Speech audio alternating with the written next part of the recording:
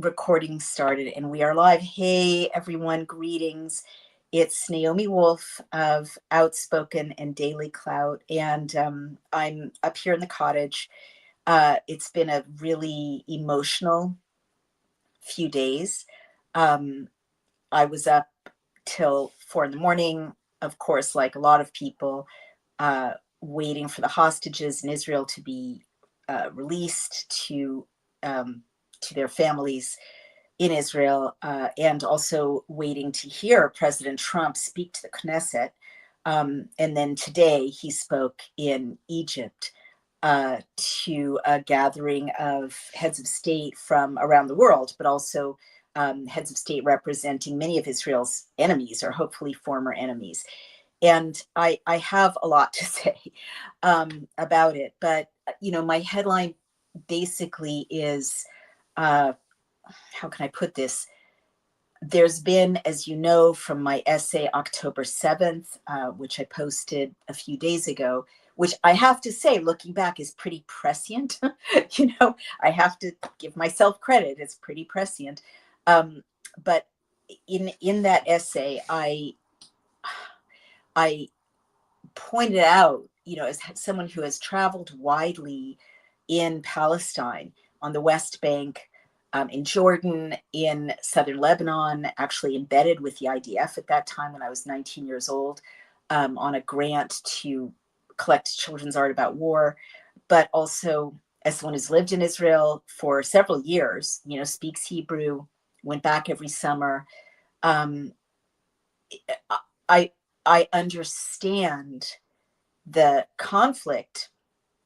I'm not going to say I understand from both points of view, but my sympathies are on both sides, and therefore, as a result, and I've also had the privilege of having traveled also widely, as I mentioned, Jordan, Egypt, Morocco, and met people who were thought leaders from Yemen, southern Lebanon, and Iraq, friends from Iran.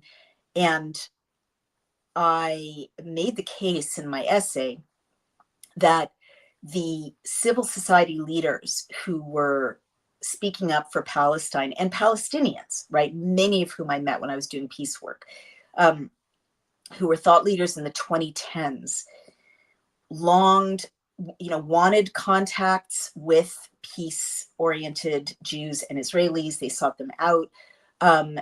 They wanted peace, and the sane position.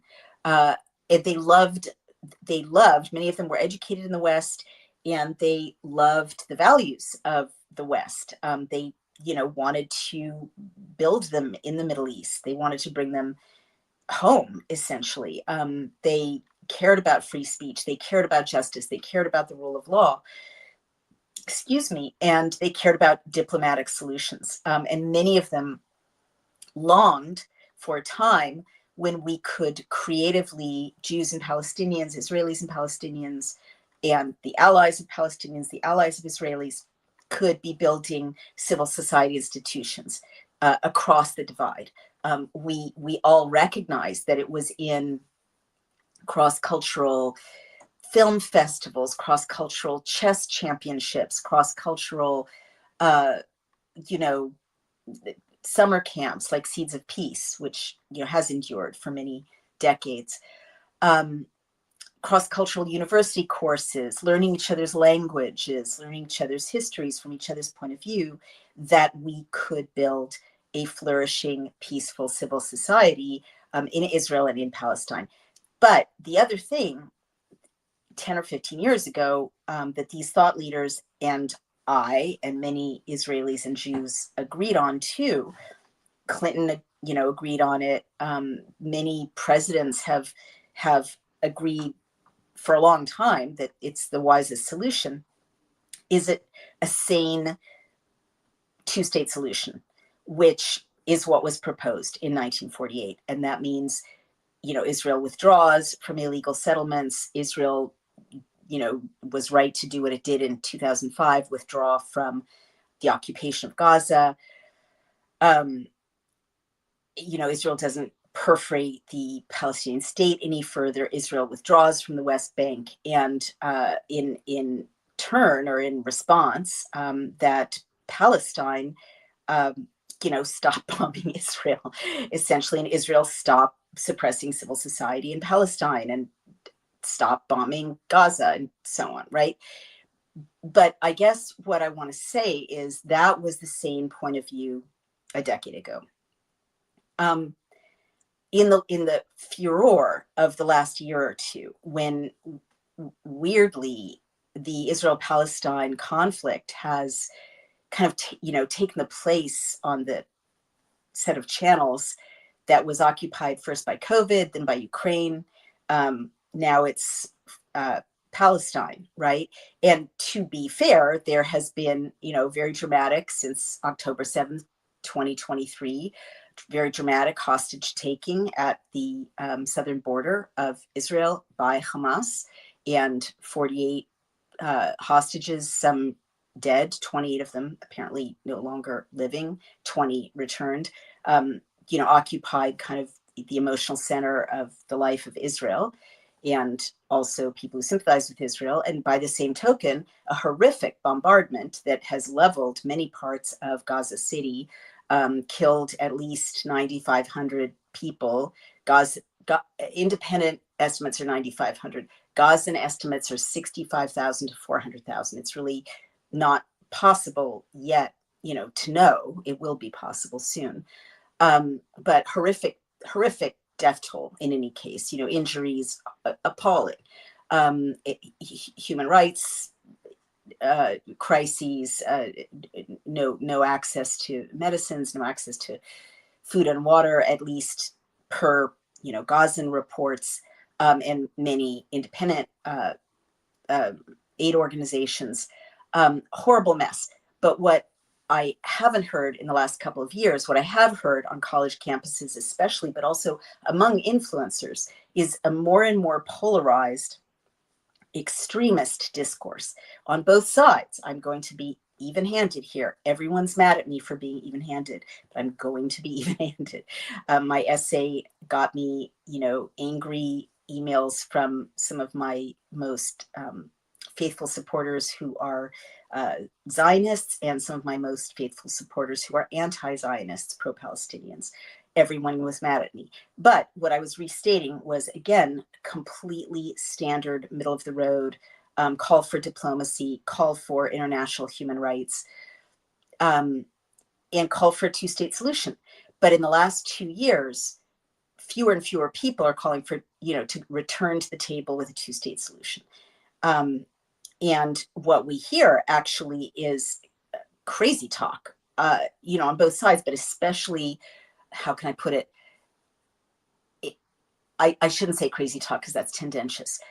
The discourse of, let's live side by side in peace, everyone needs to obey the rule of law, has shifted to free Palestine, not meaning get Israeli military presences out of the West Bank and East Jerusalem and, stop the bombing in Gaza. No, that's not what they mean. They mean from the river to the sea. And you guys really have to understand why from the river to the sea, what it means. The river is Jordan. The sea is the Mediterranean. In between those is the modern state of Israel, right? Not Palestine, the modern state of Israel. I mean, some of Palestine is between the river and the sea, the West Bank and East Jerusalem, but it means the modern state of Israel that was, partitioned after the British Mandate by the UN in 1948. Wipe it all out, and where do the people living there go? Either they are done away with, or they go back to Europe and America, according to these current pro-Palestinian activists who mostly don't live in Palestine, right? They're not in Palestine. So that is a very dramatic change. And the flags that they're using, and I pointed this out in my essay, are flags that show all of the partitioned region, Israel and Palestine, as Palestine. So that, is a murderous call to action. And you can see its kind of logical conclusion in this young Balliol College student. I was shocked to see Balliol has a long tradition. It's an Oxford college of cultivating and grooming and training diplomats and statesmen and stateswomen. But he said, he had a chant, put the Zios in the ground. Gaza, Gaza, make us proud, put the Zios in the ground. So that's the logical endpoint of From the River to the Sea, or Free, Free Palestine. Now, let me just give you guys a little bit of remedial history. And the thing that is so hard for me is that people who are racing to embrace one point of view or another tend to be very illiterate historically and not even consulting maps or timelines. Palestine is under Palestinian control. It doesn't yet have full statehood. There was a call for full statehood by Keir Starmer of Britain, by Macron of France. Other countries have called for full statehood. And, that's certainly something that should be pursued diplomatically. If Israel has full statehood, Palestine surely needs full statehood, in my view, in my humble opinion. However, what people who are calling for free Palestine or globalize the Intifada don't seem to realize is that the West Bank was under Jordanian control before this 6-day war. The Sinai was under Egyptian control. And then since 2005, as I mentioned, the Israeli IDF withdrew from Gaza, took up, many Israeli settlers out of Gaza. It was very controversial at the time, Land for Peace. And since then, Gaza has been under Palestinian control. So you can't, they're to free Palestine further, right, requires withdrawing from, with just ejecting Jews and Israelis from their part of the 1948 partition. So I just want people to think about that, because the Free Palestine, Globalize the Intifada kids, and a lot of them are very young, really don't seem to understand that there wasn't a sovereign nation called Palestine. There was, before the British Mandate, it was the Ottoman Empire. But you go back and that region has been, managed by the Ottoman Empire and by Crusaders and by Seleucids and by the Kingdom of Judea and the Kingdom of Israel and by, Greeks and by Romans. That there hasn't, not Jews and not, Palestinians who are ethnic Arabs have kind of had a sovereign nation there for millennia. And a modern sovereign nation of Palestine really has not existed before 1948. There's nothing wrong with that. The modern state of Israel didn't exist before 1948. I wish that people would stop being obsessed with who was first, who owned it. Every nation, every set of borders is arbitrary, essentially, if you go back far enough. Everyone was conquered by everyone. The Normans came to Britain. The Norwegians came to Britain. The Scandinavians of all kinds came to Britain. The indigenous tribes of the United States were conquering the lands of other indigenous tribes of the United States and enslaving them and raping the women. You just go back 50 or 100 years in any direction, yet, whatever the modern country is, it was probably another country or region or principality or caliphate, and all borders are artificial. So I guess what I'm trying to say in this essay is we really have an opening, right? And, let me just, to be balanced, say a lot of the calls I've seen, some pro-Israel commentators and supporters of Israel go beyond the two-state solution, let's make peace, to actually completely throwing up their hands and saying there's no way to make peace with these people. They elect Hamas, they support Hamas. They're never going to stop bombing Israel. They're never going to stop trying to wipe Israel off the map. There's no negotiating with them. So I've seen viewpoints harden, I would say, genocidally on both sides, in the sense of dehumanizing the other to the point of let's just try to get them off the map. So that's a very, very dangerous situation, dangerous for everyone.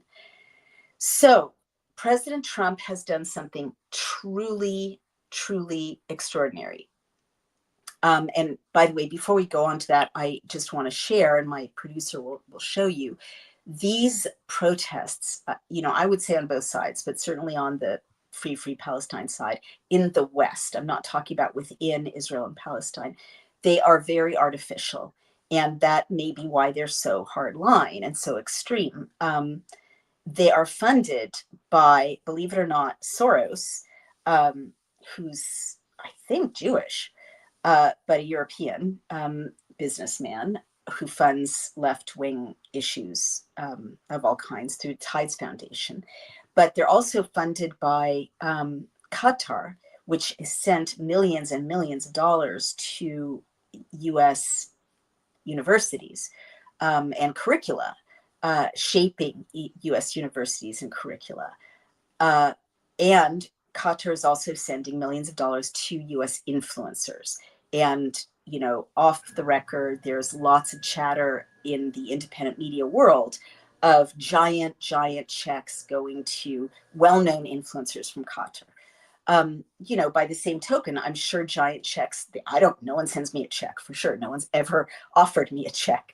But giant checks, no doubt, have often gone from AIPAC and other kind of Israel-aligned funders to shape pro-Israel or supportive of Israel narratives in the West. That's well established. So there's a lot of money going to whipping up this, turning this issue into a flashpoint in the West. Now, so we can see an image, I'm sure, of the funding of curricula by Qatar, but I will just keep going.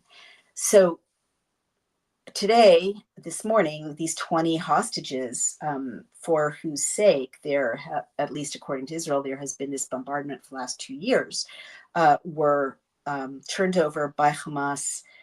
The Red Cross retrieved them, which leads me to really be astonished and baffled, because I went to Guantanamo in 2009. I was one of the few reporters ever to go to Guantanamo. And this was when President Obama had just taken office a few months before. And one huge issue I learned about in Guantanamo is that by law, by international law, every prisoner has to be visited by the Red Cross. The Red Cross's job, the International Red Cross, ICRC, not the American Red Cross, it's a separate organization, I believe, but the ICRC, its mission is to check on prisoners throughout the world and to make sure that they're healthy, they're not being mistreated, they're getting medical care, they're getting food and water, even that they are allowed to worship in their own way, and that they're getting letters from their loved ones. Very important. And it was a source of incredible and legitimate fury in the Muslim world that these Arab people being held, most of them Afghani actually, being held in Guantanamo had not been visited by the Red Cross. The Red Cross couldn't get to them, and they hadn't received letters from their loved ones. Their loved ones didn't know if they were dead or alive. And this is seen as a complete human rights abuse. America was wrong to have done that. I think to this day, I'm not sure if the Red Cross is allowed to visit people who are still in Guantanamo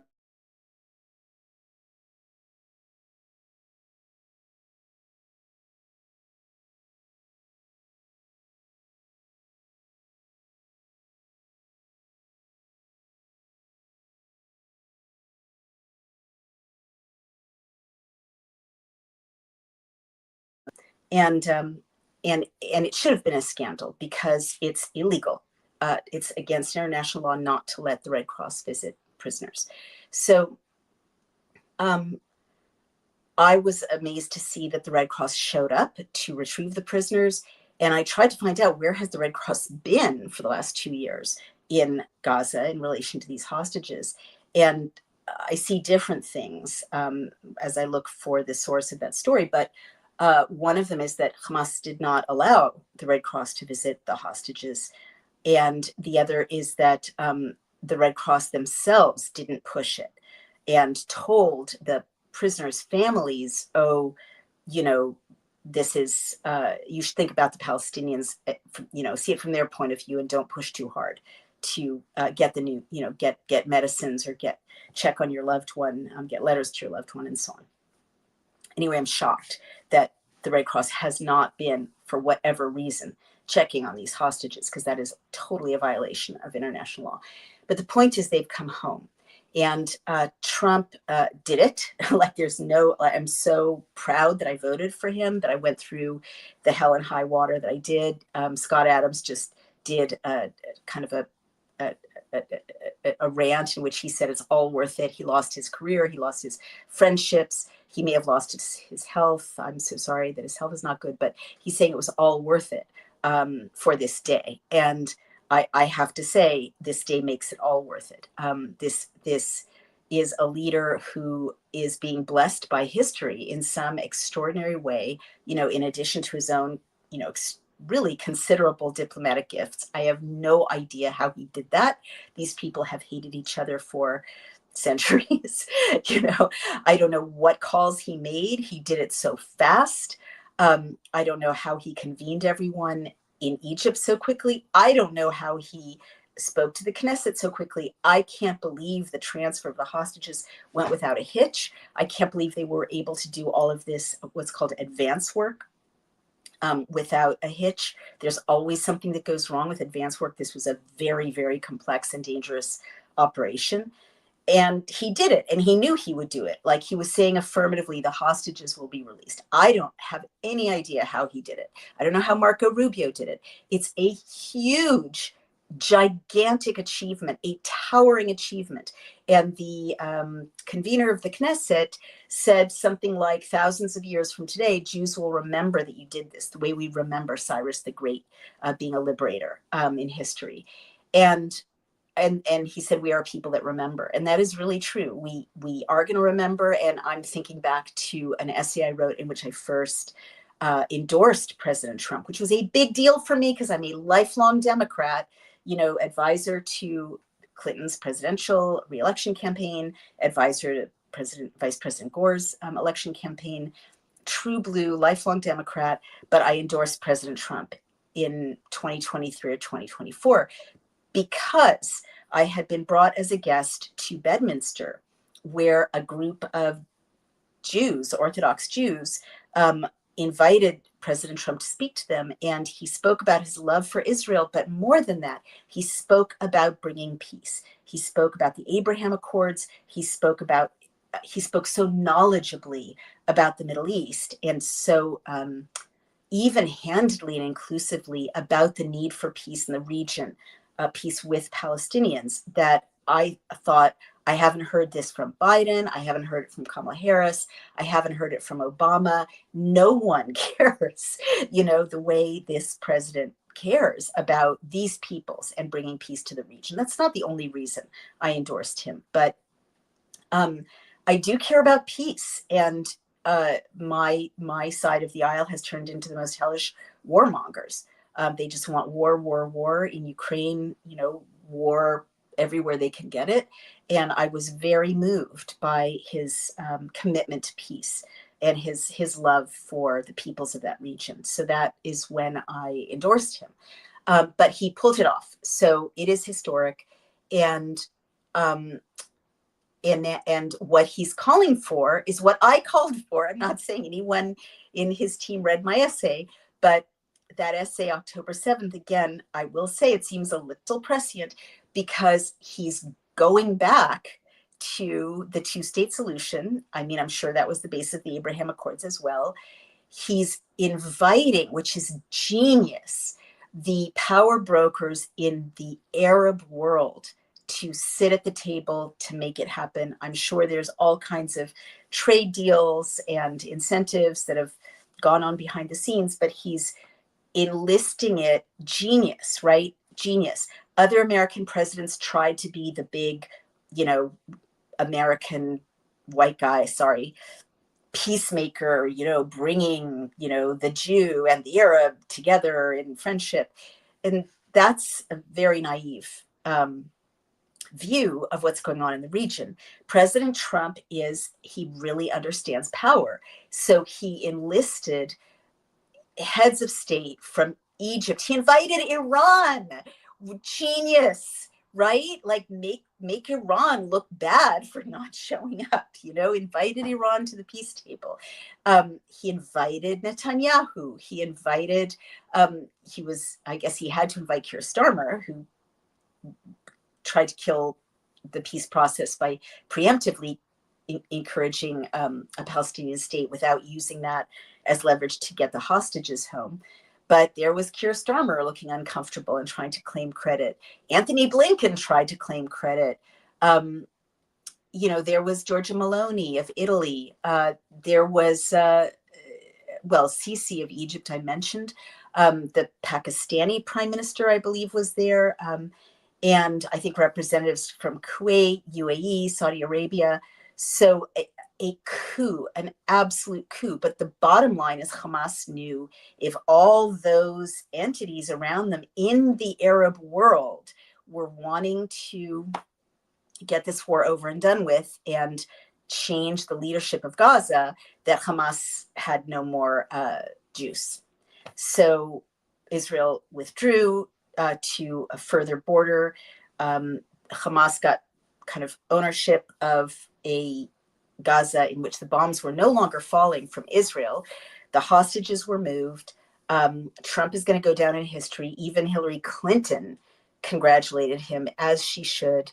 And then what you saw, and this is where I'm going with this rant, was unfortunately a very brutal chaos erupting in Gaza. So free Palestine. Palestine is now free. What I guess I'm trying to say is the chants are very reductive and dumb. And the pressure, both from American Zionist Jews, who are often more right-wing than Israelis, right? And from stupid kids in keffiyehs and paid, Hamas spokespeople and operatives calling for from the river to the sea, both of those are not helping right now. And my rant is, please stop. Okay, everyone, please stop.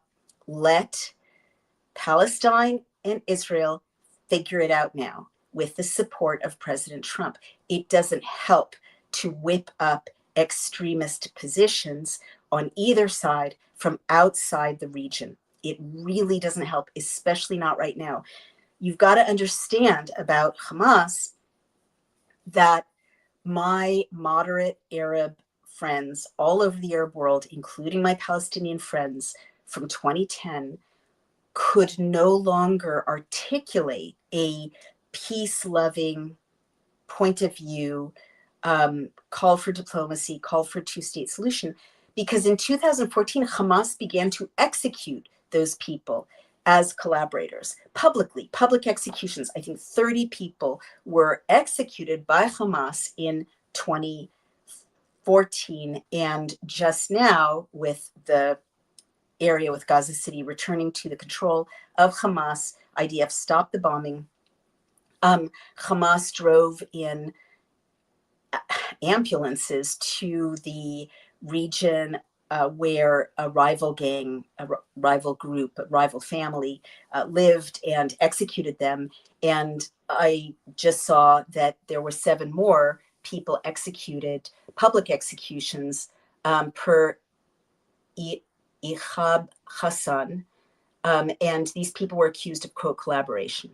So you're not going to have resistance by peace-loving Palestinians, civil society leaders, out loud in a context in which anyone who says, yeah, we should sit down and negotiate with Israel, or, yes, we should, sit down at the diplomatic table, we should send a diplomat to work this out nonviolently, or maybe we should stop bombing, sending bombs, rockets over into Israel. There were 750 rockets sent over in 2014 when I first got death threats for calling for both Israel and Palestine to observe international law and stop targeting civilians. And of course, Israel, bombarded Gaza in 2014 illegally, right?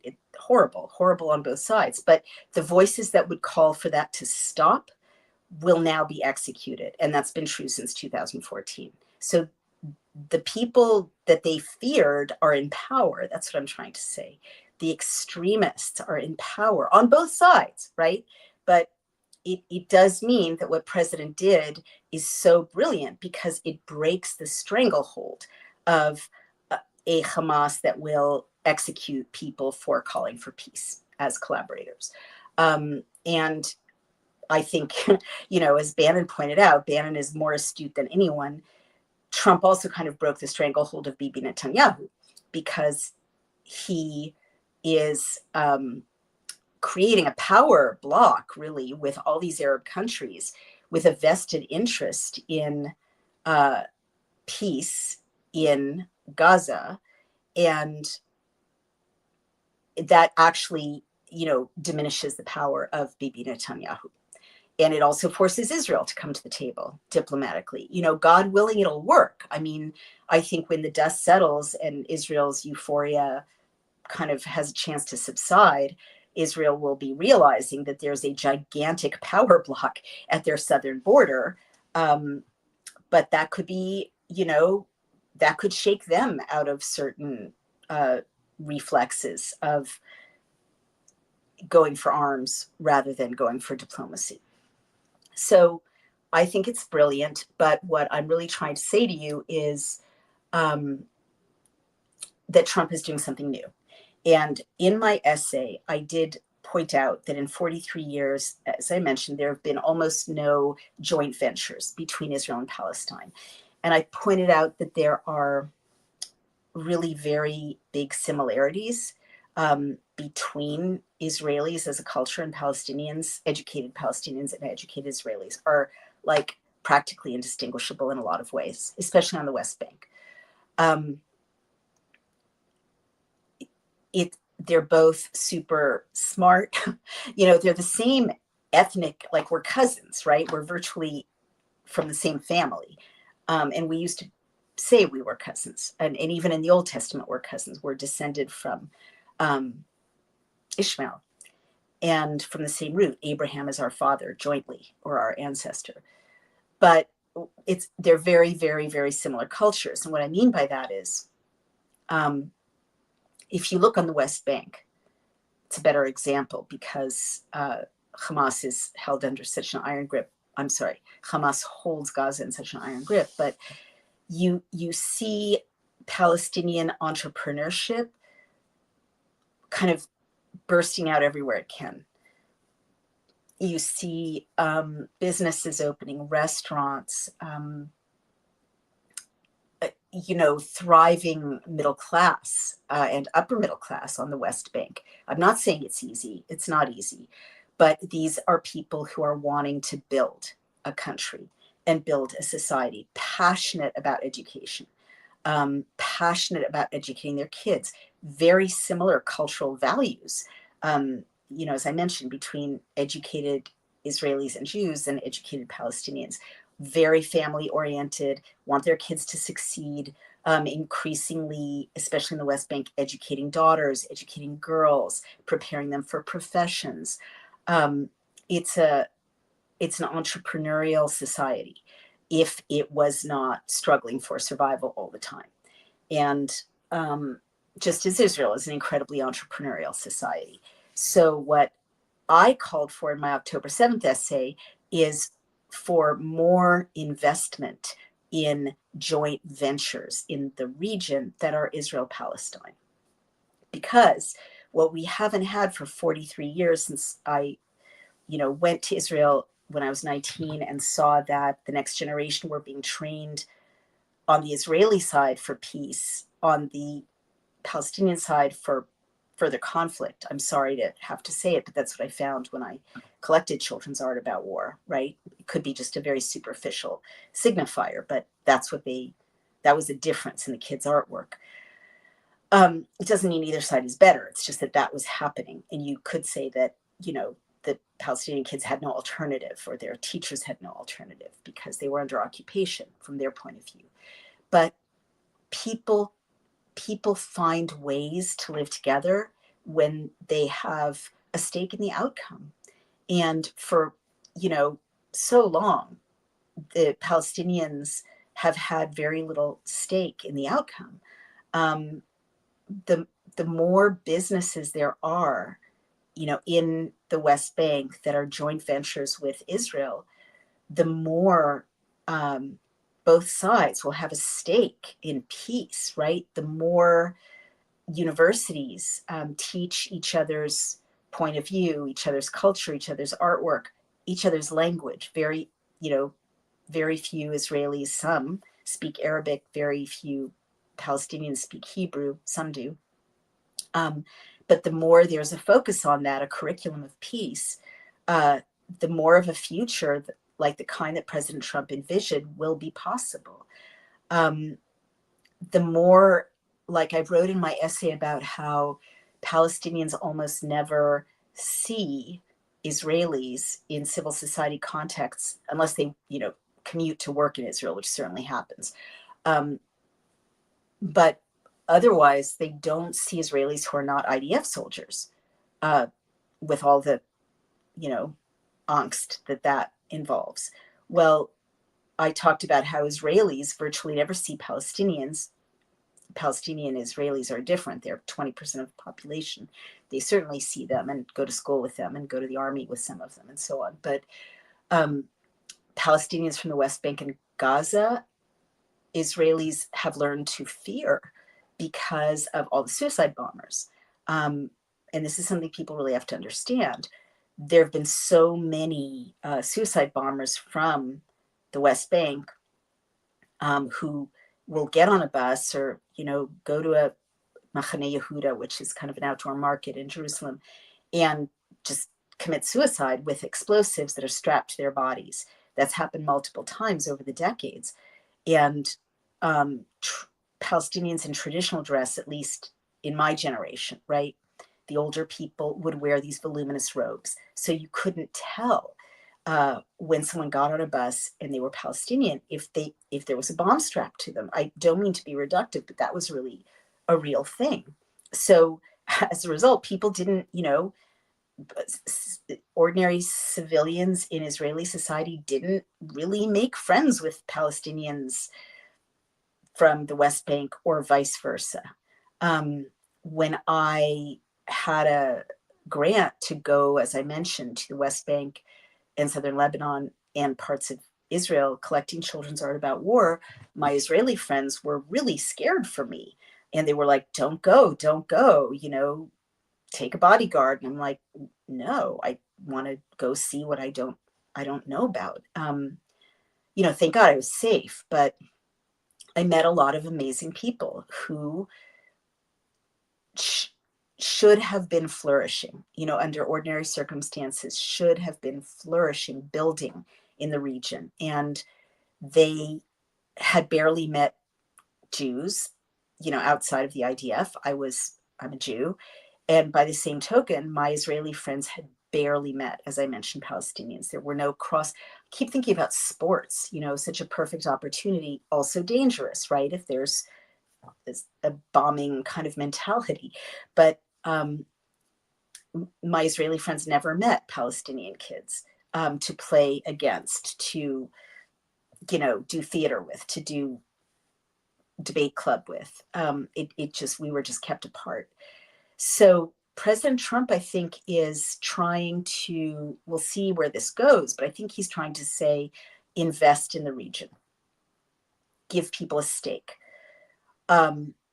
I think I'd like to see that it will be cross-border investment, meaning Israel-Palestine. I would love to see that. I don't know.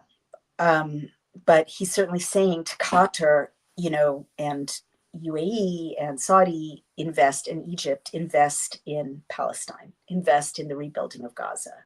Uh, I don't want to get ahead of events. We'll see what that means. It could be very cynical. I keep worrying about this giant gas field off the coast of Gaza that I think all the great powers are ultimately after.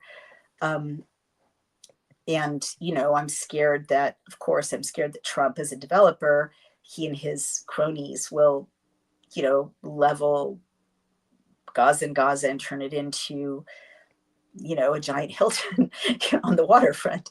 All kinds of things could go wrong.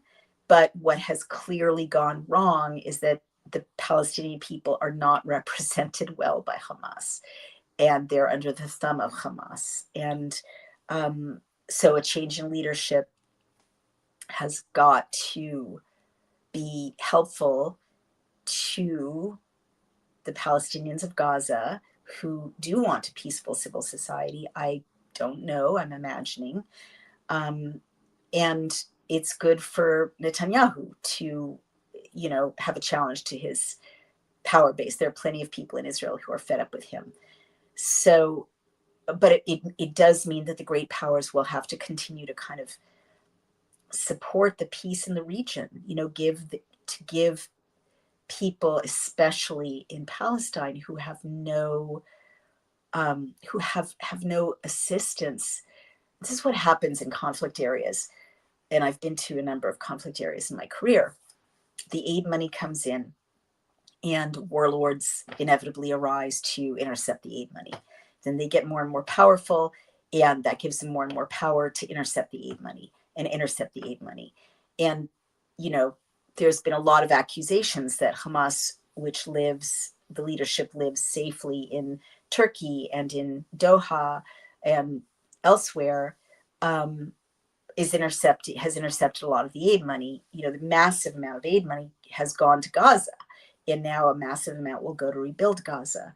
I believe Keir Starmer just pledged $40 billion, even though they're grossly in debt in Britain, and veterans are killing themselves because they don't have housing. But as money flows into Gaza to rebuild it, and the West Bank, I trust, I really hope and pray that creative thought is given to Israeli Palestinian joint ventures, joint schools, joint athletic organizations, joint musical groups, joint chess clubs, all the things that don't have to do with focusing on our identity as enemies, or even our focusing on peace, which I find those conversations can be just as exhausting. Um, but when people actually do things together that are unrelated, that they just enjoy, human, gardening clubs, like seriously, um, different kinds of bonds can arise. Now, it's very dangerous to do that right now. I remember trying to convene civil society leaders from Israel and Palestine in the Hudson Valley in about 2012.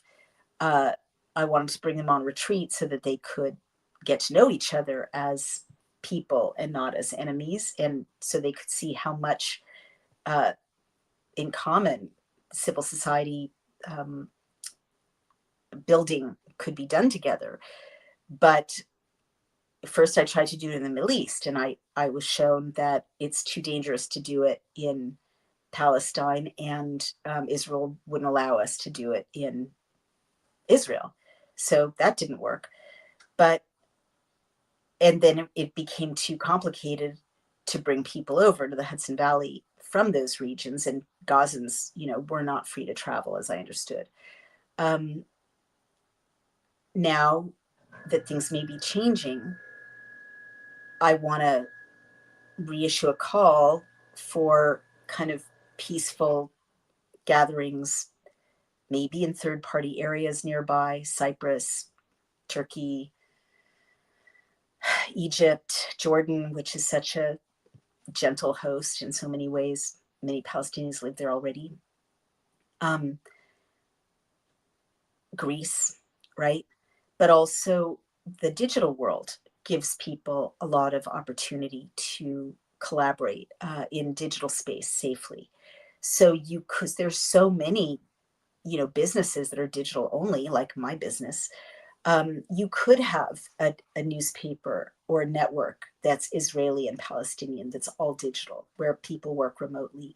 You could have, call centers that are Israeli and Palestinian, where people work remotely, or, IT troubleshooters, where, young people are trained to solve tech problems, and the company is Israeli Palestinian and everyone's working remotely. I mean, there's so many ways to design, like digital design, so many things to do with technology that would allow Israelis and Palestinians to work together without physically being in jeopardy in each other's physical homeland.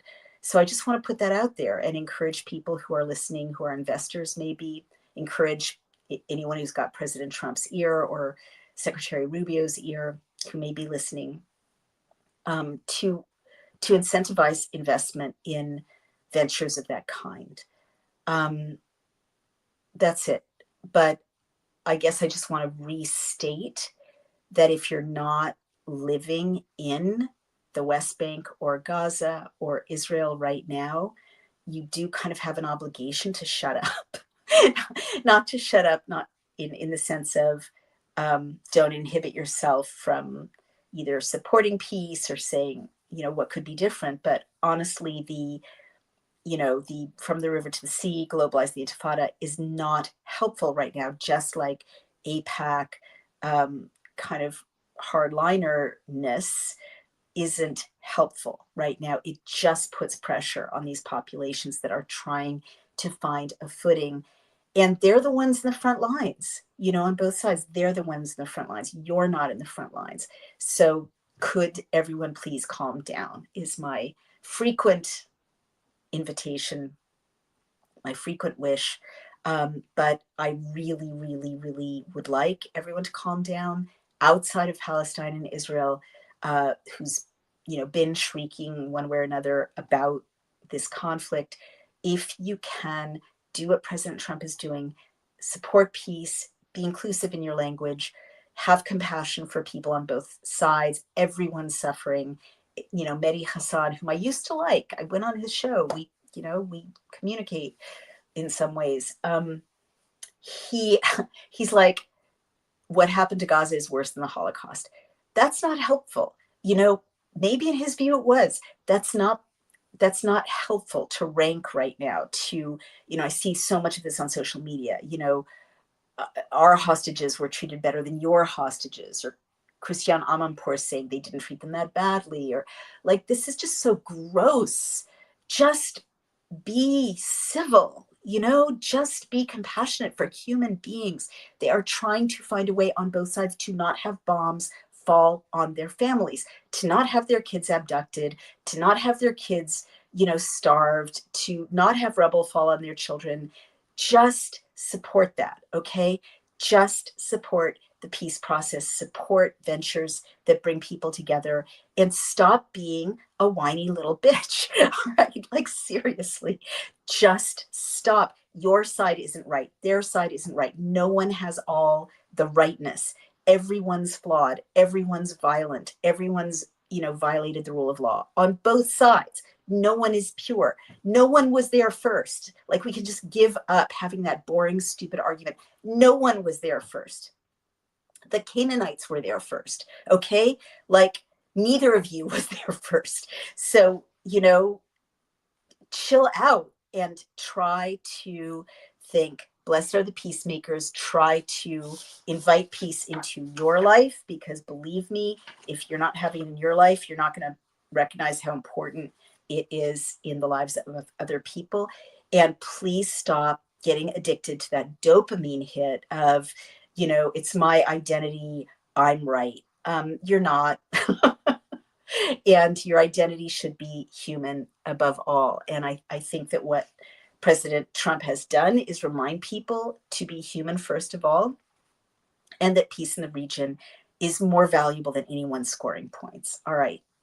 Blessed are the peacemakers. Now, I want to thank our sponsors, without whom none of this would reach you if this is valuable to you. And by the way, I am getting, as much as people are yelling at me about my essay, I'm also getting very nice messages from Israelis and Palestinians. I didn't even know I was read in Israel, but I was told I was loved in Israel. So that's very nice. And I hope I'm loved in Palestine as well, because I really, really, really try to be even-handed. At least by some people in Palestine.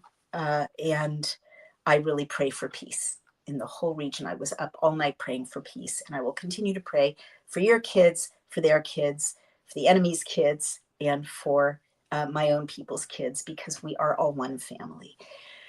Having said all of that, thank you to Native Path, and let me tell you about something pretty amazing. Mobility. It is so important to be able to move easily and independently. And you know that I have struggled at times to do this. And so I really appreciate Native Path. It's so important to move easily and independently without pain or stiffness. Not only that, but it's important to be lovely. And youthful. Do you want to look in the mirror and see a hydrated glow on your skin and not more fine lines and wrinkles? I certainly do. I'm turning 64 in a couple of weeks, and I'm very happy to not have more fine lines and wrinkles. So you really need to discover Native Path collagen. It has types 1 and 3 collagen. Fibers, and these are the two most important types of collagen that make up 90% of the collagen in your body. It's found in your cartilage, your bones. So those of us who have joint issues, it's so, so good for us. In your skin, again, that glowy skin you want. Nails, hair, and gut. Types 1 and 3 offer top level benefits to everyone. So it's a single ingredient product that Native Path creates with no fillers or additives or artificial sweeteners. And third-party scrutiny makes sure that there are no heavy metals in it, which is also very important. So it's pure and safe. And I also love it because it's very easy to use. There's no clumping. So you can put it dissolves right in your coffee. You can add it to a smoothie. You can add it to your cereal or yogurt. It's so, so easy to take. And not only that, it's really affordable. There are incredible bundle deals. This stuff is expensive ordinarily. I ran out of Native Path collagen when I was traveling, and I went to get collagen, and it was like $30 for one jar. Insane. But you can get 3 or 6 packs at a fraction of the price of other incredibly costly brands. So they've got 4 million jars sold, 1 million happy customers, 8,000 5-star reviews, 365-day no-risk guarantee. They are a trusted choice, and we are so proud to showcase their product because there's a lot of garbage out there in the supplement world. But this is really something you will not regret investing in. They've also got a fantastic 1-800 number with real people who are English speakers, I'm sorry, but very helpful if you have any questions, and a Facebook page also with real people where you can share stories, you can ask questions, you can get recipes, which I find very useful. So don't wait, don't take my word for it because there's no risk guarantee. You can just go try it or give it as a gift. I'm giving it as a gift a lot to my loved ones. Go to getnativepath.com/dailyclout. getnativepath.com/dailyclout. And remember, in addition to this incredible product, which I never want to be without, the older I get, the never I want to be without it, that when you support our fantastic sponsors, you're also supporting us and making it possible for us to do this work and bring you these videos and to bring you Daily Clout, Legisector, and Billcam. Also, America Alternative Assets. Wow. I wish I'd started investing in gold 10 years ago. There's no time too late or too soon to invest in gold. What if the next big crash is already in motion and almost no one sees it coming? got to think about that. Every major economic collapse since 1929 was preceded by the same 7 warning signals. Right now, all 7 are flashing red. These are not headlines, they are deep market indicators that Wall Street prefers you never to hear about, because Wall Street doesn't want you to know what Wall Street knows. That's why our friends at American Alternative Assets created the Bellwether Signal. And this is a free report that reveals what these signals mean and how smart Americans are protecting their savings with buying gold and silver before it's too late. So important. So download your free copy at cloutgold.com, or call the company at 1-855-803-GOLD. That's 855-803-4653, 855-803-4653. You should really get the facts to protect your future, and don't wait for the headlines to catch you off guard. Honestly, gold has gone up and up and up so much, and silver is rising, and there's so much instability in this world. I'm so relieved that we're able to invest in gold, our, little nest egg. We don't want it to be at risk. So it's wonderful to have American Alternative Assets as a trusted source for gold investment and silver investment. Again, that's cloutgold.com. And remember, when you use that promo code, you also are supporting us. This is Naomi Wolf. I hope you'll think about what I said. I hope you don't mind my frankness. And, God bless you all. God bless the peacemakers. Salam, shukran, gracias, shalom, toda. I want to say peace in every single language I know, and thank you in every single language I know. And thank you to President Trump. Honestly, I'm so proud that I voted for you. It was a long journey, but I am so proud to be MAGA on this day. All right, you guys, thank you so much, and take care.